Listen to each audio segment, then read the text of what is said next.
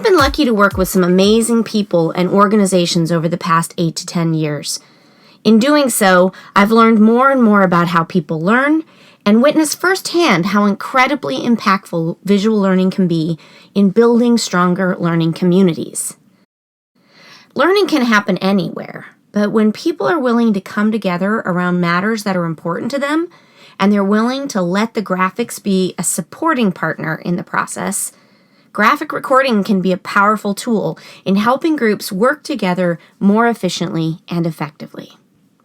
Graphic recording shouldn't serve as merely novel entertainment for groups. It should be used with intentionality and purpose, which is why skilled graphic recorders pay attention to what happens before, during, and after a graphic recording session. When used intentionally, graphic recording and facilitation can promote complexity of thinking, increase likelihood of learning transfer, and build stronger learning communities. Learning communities begin building from the moment a graphic recorder is hired. Before the event, I work with leaders and organizations to ensure I have a good understanding of the following. What do they hope to accomplish by using graphic recording as a learning tool? How would they like the audience or participants to interact with the drawing during and after the meeting?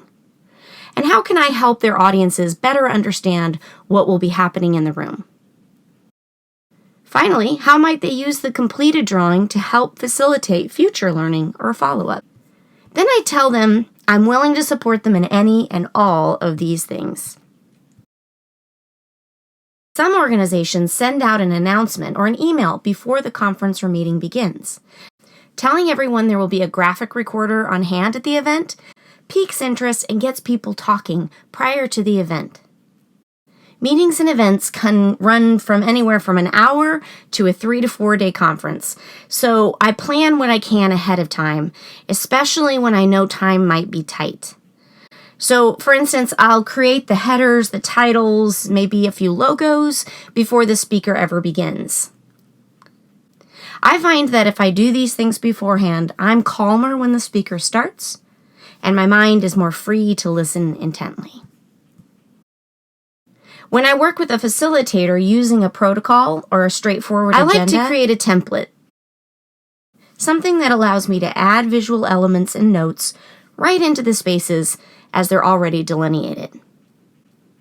This helps learners to know where the facilitator is going, and it also holds their ideas in a defined space, helping them to organize and connect ideas as they're generated at the meeting. It's not unusual for someone to come up to me during a break or lunch and proudly show me their notebook filled with visual images and color. Look what you've inspired me to do with my notes. It pleases me to see that people are taking risks with their note-taking and engaging more deeply with what's being shared. Break times and lunch are generally the most active times for learning communities to have conversations around the drawing. They'll frequently come up and take pictures of the progress and often stand around chatting with others about what stood out for them. Sometimes I just listen in, and other times I engage them with questions like, "So what's really standing out for you here? Is there anything you see missing that you'd like to see included? How does this process support your learning?" The image will often find its way into the Twitter chat for the day, and this just promotes even more learning community interaction and engagement through the use of technology.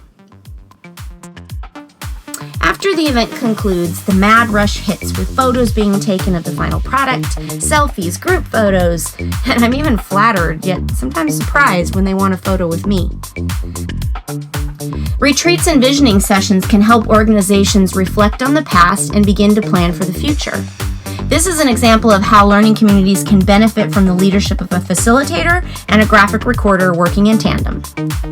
In a 2-day retreat setting, this learning community left with a better understanding of the organization's history, goals, challenges, and hopes for the future. In Module 5, we'll cross the digital divide and explore how visuals can be communicated through digital devices.